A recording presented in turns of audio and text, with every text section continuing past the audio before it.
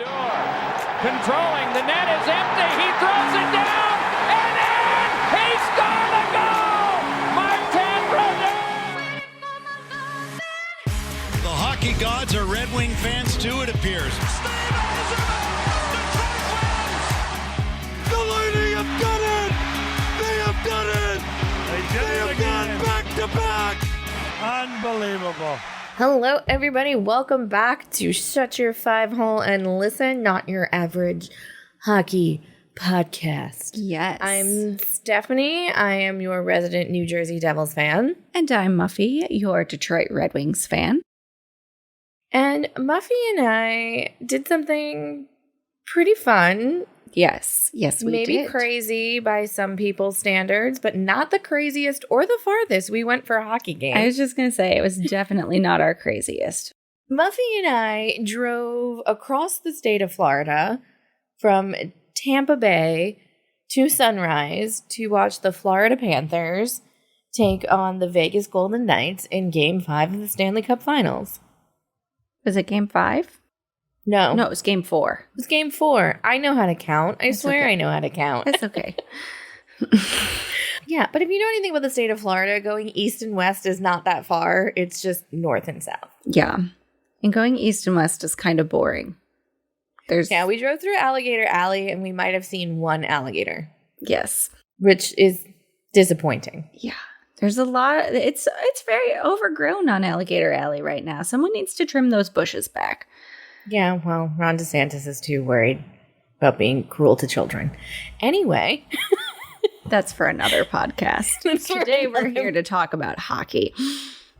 But yeah, we went to Sunrise. How'd you enjoy your experience? I enjoyed it. This was the third time I've gone to a Florida Panthers game. The first two times, though, I was there as an opposing fan, as a Red Wings fan. The first two times were also before the Florida Panthers had a chance at the Stanley Cup, so their fans were not nearly as passionate. So it was definitely a different experience this time around. Some of those fans are real rowdy. I mean, they are, but I mean, Tampa fans, we scream at everybody that they suck now, so we've turned into those people. It's true. It's true. I found the layout of the arena way more confusing this time. And I don't know if it was because of the massive amount of people. And I know you and I talked about this when we were at the game, that like the configuration kind of feels like a 90s arena. It hasn't been totally updated and gutted for today's audiences. But I don't know. I just felt I don't have like claustrophobia a lot. And there were times I was like, too many people. It was a little tight in there. And this was my first Florida Panthers game. Because of previous jobs and previous lives, I've been to that arena a few times, but I've only been on the event level. So I had no idea what it looked like. But yeah, it did feel a little bit like it was the 1990s food court, which is fine. It was fine. It was packed. And I will say their fans love their team. I think this has gone a long way in hopefully really giving them a great fan base that is there with them whether or not they win or lose. They definitely seemed like by the time they got to the finals, they started running out of a little bit of steam. It is true. It is true. But I will say the first two periods were not so great. But the third period, the Panthers showed up. And it was a very, very good, exciting third period that almost went into overtime. And we had, Aiden Hill throwing some punches. Yeah. I still don't know why he did that, but he went wild.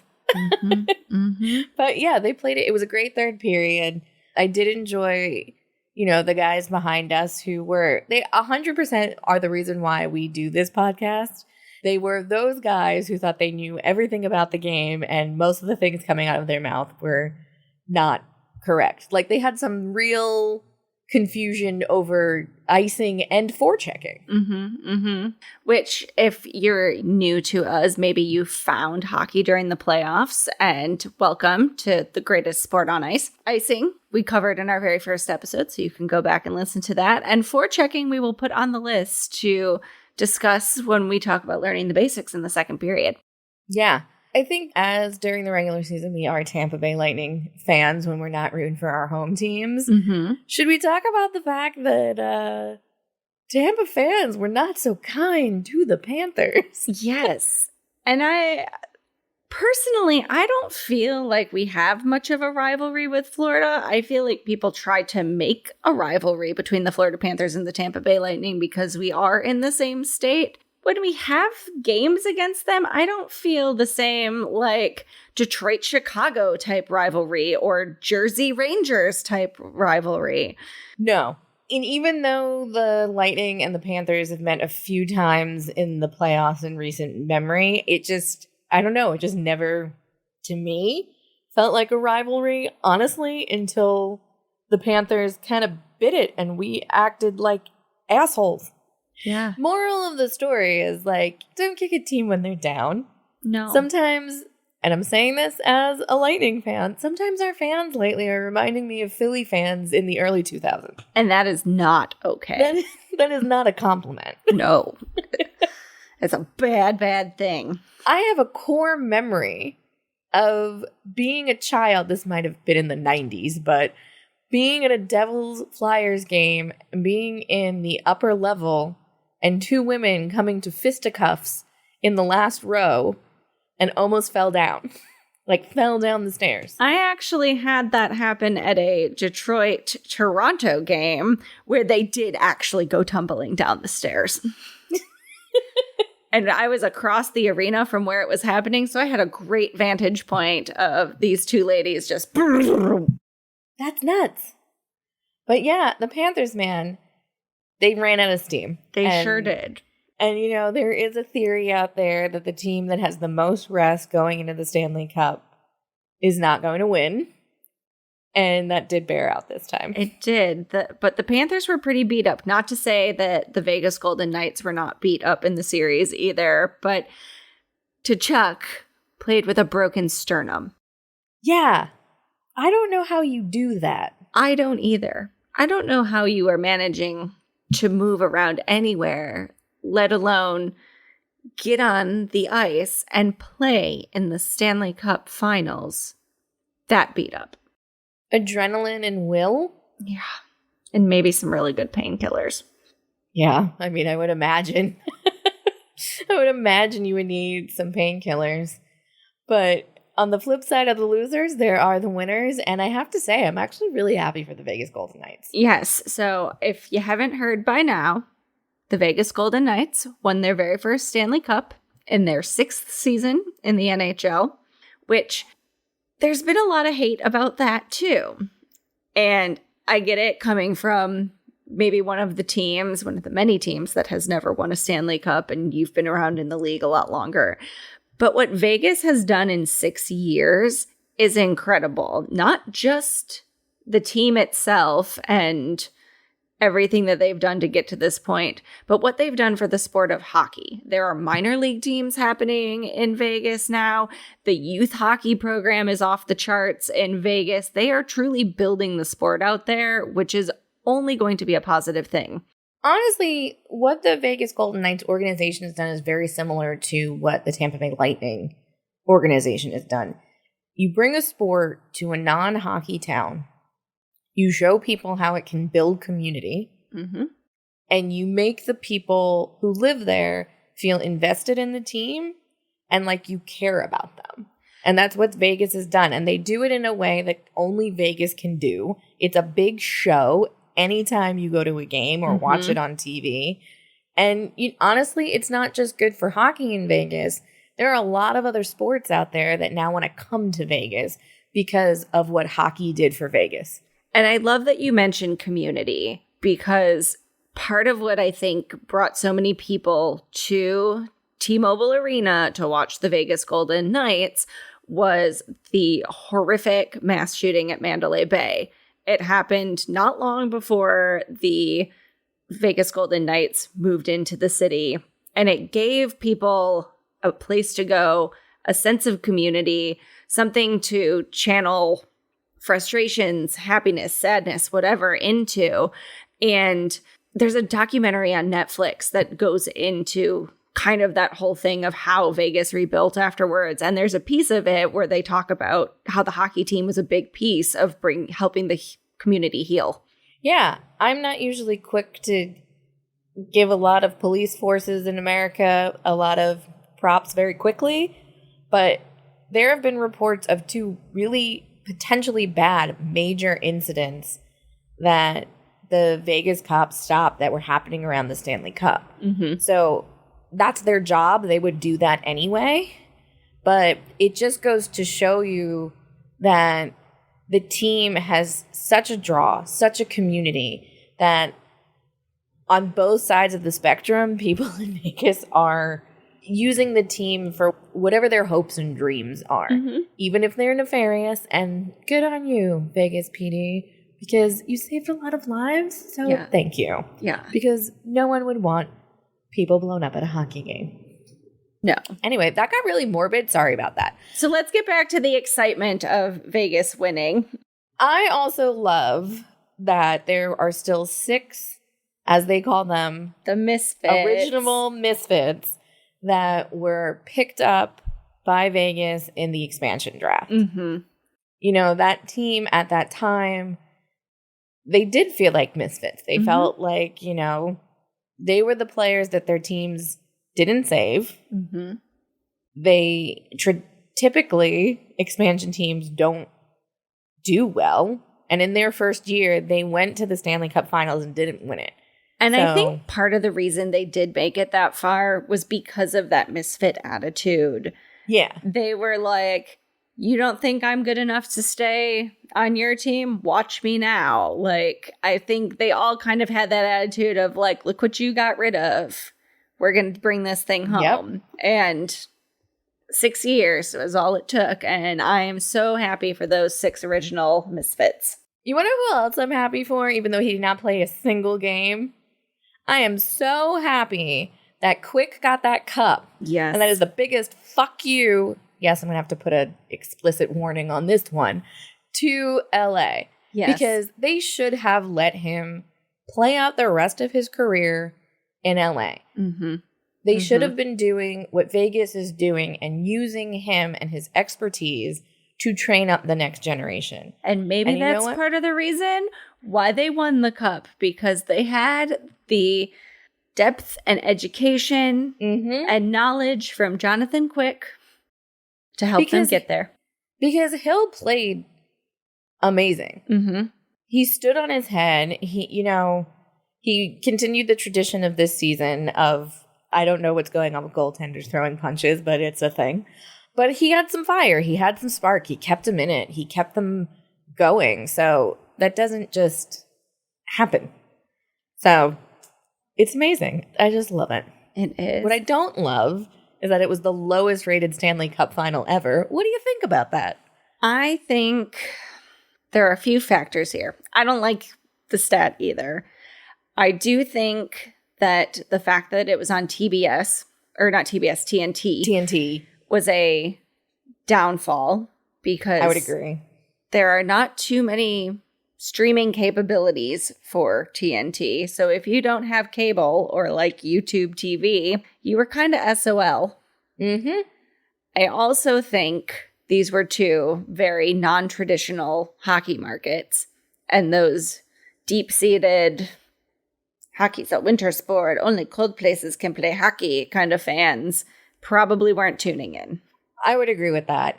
I also have a theory that the entire country of Canada was just pissed. Yes, I would see that happening too. And I don't know what station it was broadcast on in Canada. I did not look that up, but yeah, I know there's usually 2, but sorry, Canada, I don't know your broadcast stations.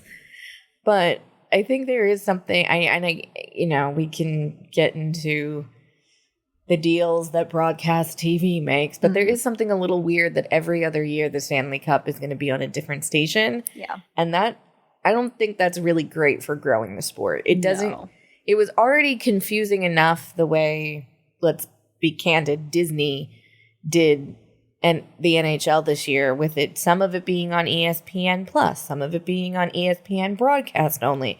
It was very confusing. You didn't know where to watch a game. No, and it was on TNT, TBS, ABC, like any network that the Walt Disney Company owns had a hockey game at some point. Well, TNT is not Disney. That is true. It is not. And that is a vestige of whatever deal was made prior to it leaving NBC. Yes. So it's confusing. And they want to listen to us, Disney. You have some money, just buy them out. I mean, I'll just go call Bob Iger about that. Yeah, I think you should. Just call up Bob One. Be like, hey, Bob One, I know you've got a lot of problems right now, a lot of things on your plate, but you make hockey very confusing. Yeah. So the Stanley Cup was not the only cup that was happening. It was not. And I'm very excited about the ECHL winners because it was another Florida team. The Florida Everblades won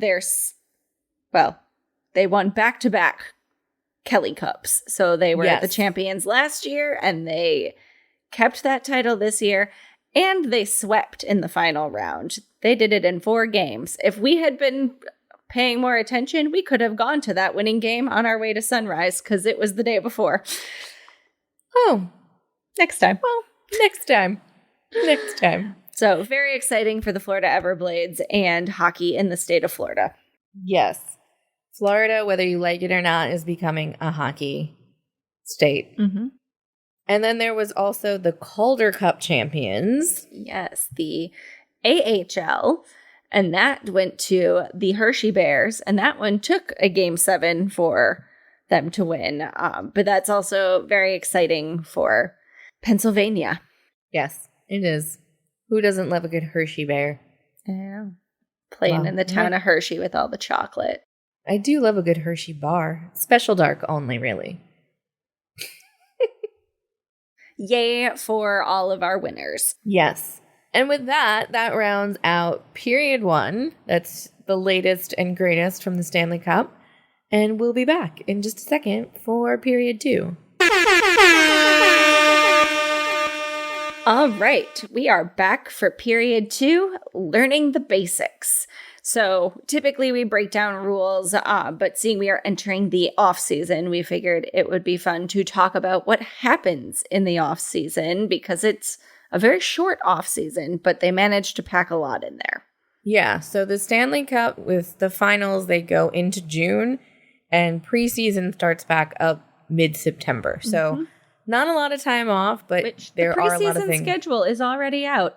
The preseason schedule is already out. So we've already got hockey to look forward to. But one of the most exciting things I think that happens in the offseason is the Hockey Hall of Fame inductees.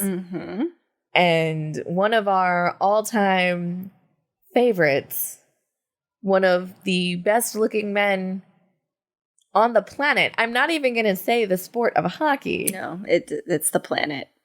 And he is a twin. We always forget that part. There's another one out there that looks just like him. Is the king, not Elvis Presley, Henrik Lundqvist. Yes. Amazing. Henrik Lundqvist, I think we've talked about him. We have talked about him.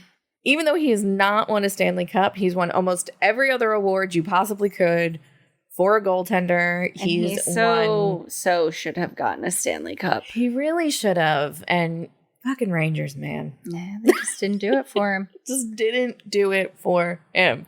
But he's won gold medals. He's won, what's the international hockey? There's another thing. I can't remember the name of it. Sometimes I don't know the Europe things. That's okay. Oh, we'll get better at the Europe-ness. But yeah, Henrik Lundqvist is in the 2023 induction class. And as the summer goes on, we'll talk about more of the people that get inducted, but it's exciting. It's exciting for him. I'm happy for him. I'm happy for him too. He was literally the only good thing about the TNT broadcast. It is absolutely true. Absolutely true. Need to get rid of Biz. You know what though? I'm coming around to Biz, and I'll tell you why. Okay. Because everyone gives him such a hard time, including myself, And he takes it like a champ. He does. I will agree with you on that. He took a prospect, giving him shit very well. Yes. Like, that's a lot about his character. It does. You are definitely right on that. He just needs to not be so biased when it comes to Toronto. True, but I guess PK Subban came out in a red boxers shiny thing for the Devils, and then Mark Messier came out in a shiny blazer. Yes, but to me that was more of a fun, kitschy rivalry thing, not being true. The Leafs should have won this game. Fair, you're right. Anyways, we're going off the rails. Let's talk about another exciting thing that happens in postseason. The off-season. Postseason, off-season, interchangeable. No, postseason. No, postseason is the playoffs. Maybe we shouldn't be recording this late at night. Oh, probably not. It doesn't work as well late at night. We're sorry for those of you listening and us not getting our facts straight. And Anyways, I taught a yoga class. I've got severe yoga brain right now. Yeah. So, okay. Note to self. We will not do this again. Anyways, another exciting part of the off season is the award ceremony. And this is where we get to honor all of the outstanding players from the past year. And there are some very exciting trophies. And yes. So one of the ones which we touched on with Henrik Lundqvist is the Vezina Trophy, which is for the best goaltender, which our own Andrei Vasilevsky has won a few times. So this year's finalists are Connor Hellebuck from the Winnipeg Jets. It's not Linus. I want to say Linus because I'm making it American, but that's not how he says it. I don't remember. Okay. I know it's not. Refer back to our All-Star special. Anyways, I'm not going to get his last name right now either. Olmark. Thank you. From the Boston Bruins. And Ilya Sorokin. Thank you. Yeah, this is why names are hard. Names Hockey are hard. Names are the hardest. Hockey names are the hardest. Okay. So we have the Winnipeg Jets, Boston Bruins, and New York Islanders. We're going with teams now.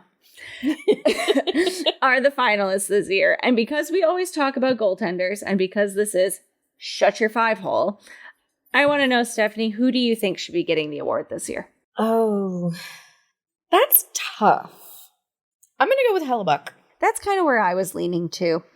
I think he was the most consistent throughout, and he's got a fun headshot. But I do think despite the Winnipeg Jets being spotty themselves, I think he was consistent, and there's probably going to be some movement with him in the offseason. Yeah. I think he deserves it. Yeah. That's my pick. I like that pick, too. That was kind of where I was leaning, and pretty much same reasons you've said. So we're not going to go through every award because that would be a lot. That'd be a lot of awards, but the Hart Memorial Trophy is the most valuable player throughout the season, not the Stanley Cup Finals. Yes. In which case, Matthew Tkachuk should have totally won it because playing with a broken sternum. That's a lot. And this year, who's up for this award is Connor McDavid from the Edmonton Oilers, David Pasternak from the Boston Bruins, and our man, Matthew Tkachuk, who in my head, I always go, oh, that's the cute Tkachuk brother. Yep. No offense, Brady. You're not like bad looking. It's just, yeah. If I'm picking. Wait, no. Who do you think you're going to win that one? Oh, who do I think is going to win that one? It's going to be Connor McDavid because everything's about Connor McDavid. Everything is always about Connor McDavid. Connor McDavid or Austin Matthews. Yeah. I want it to be Matthew Tkachuk. Why? Broken sternum, and he wants to be Corey Perry. Yes. All right. Then we have the Norris Memorial Trophy, which goes to the best defenseman. And for this one, we have Adam Fox from the New York Rangers, Erik Karlsson from the San Jose Sharks, and Kale Mocker from the Colorado Avalanche. And who's your pick for that one? I feel like it's going to be Cal, but I want it to be Eric.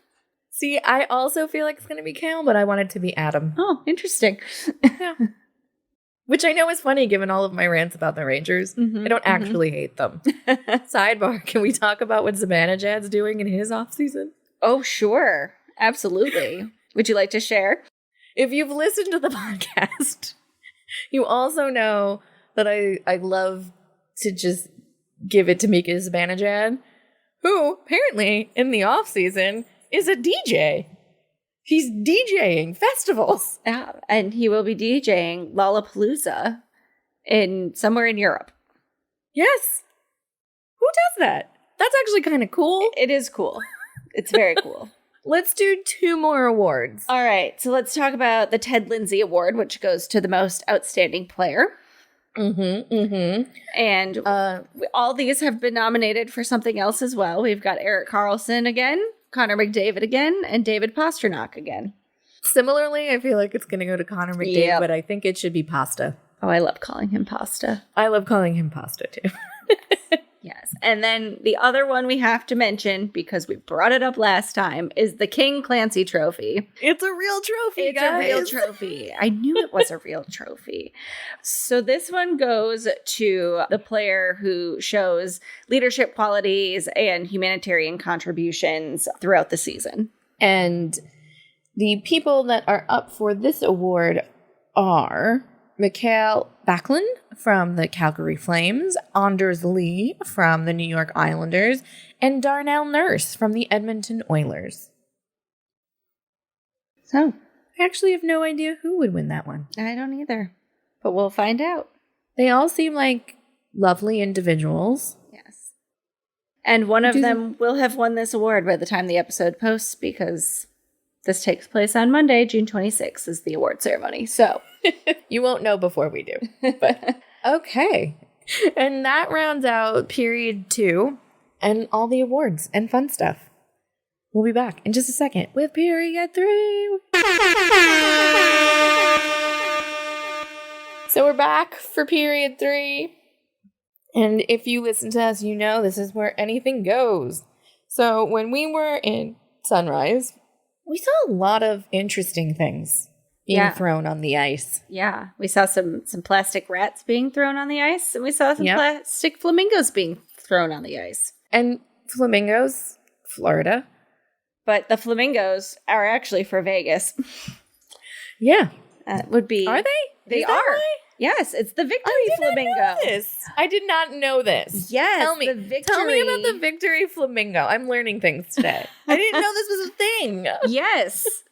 The Victory Flamingo, I honestly don't know how it caught on, but I remember seeing a bunch of things on Twitter a few years back, probably like the 2nd or 3rd year that the Vegas Golden Knights were in the league, was that they would talk about the Victory Flamingo, and they would throw the plastic flamingos on the ice.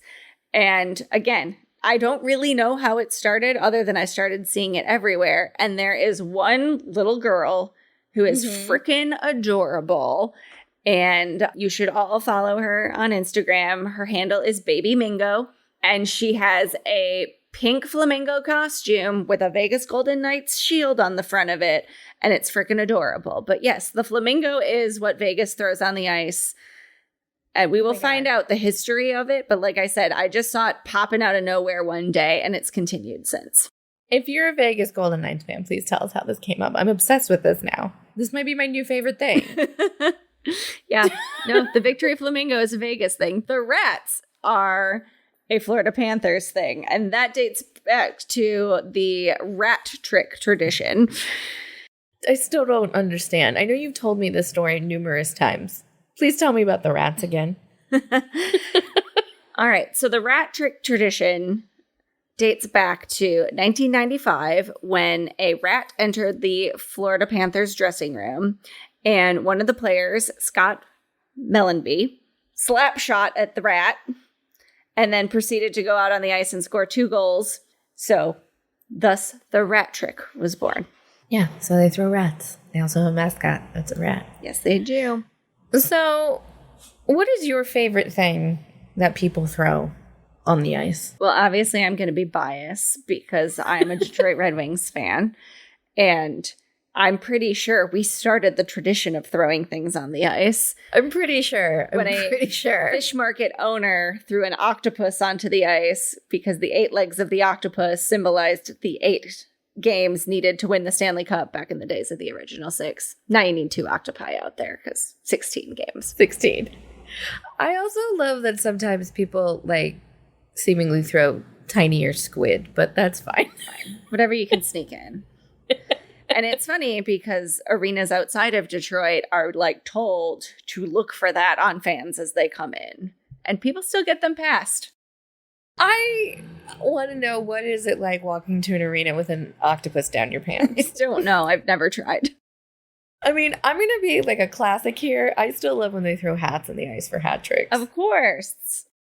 You gotta love that. I love when the teams do fun things with all of the hats. Like put them in letters or donate them. I don't know. I just like that. The Columbus Blue Jackets have a really cool wall that they just put all of the hats in, and it starts to fill up the plexiglass. That's very cool. My least favorite thing, because these things have to be organic. Mm-hmm. They have to be like the rat trick.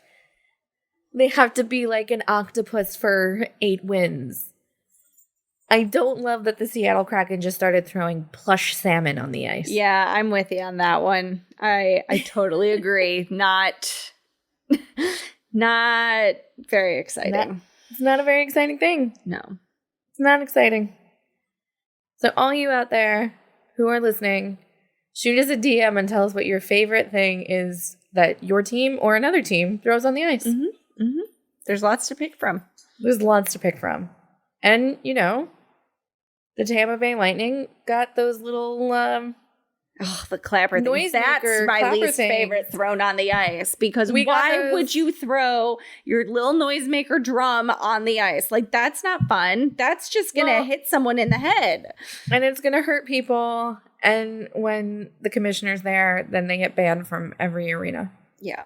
Yeah. We really are turning into those fans, and I don't know how I feel about it either. I don't know how I feel about it. Let's hope the off season does us some well, and we come back into the season. The off season and losing makes us humble. Let's hope that happens. That's my hopes and dreams for Tampa Bay Lightning fans. Yes. And with that, we are a wrap, and we will chat with you soon. Since it's the off season, episodes might come a little less often, but try to get you one at least once a month. Yeah.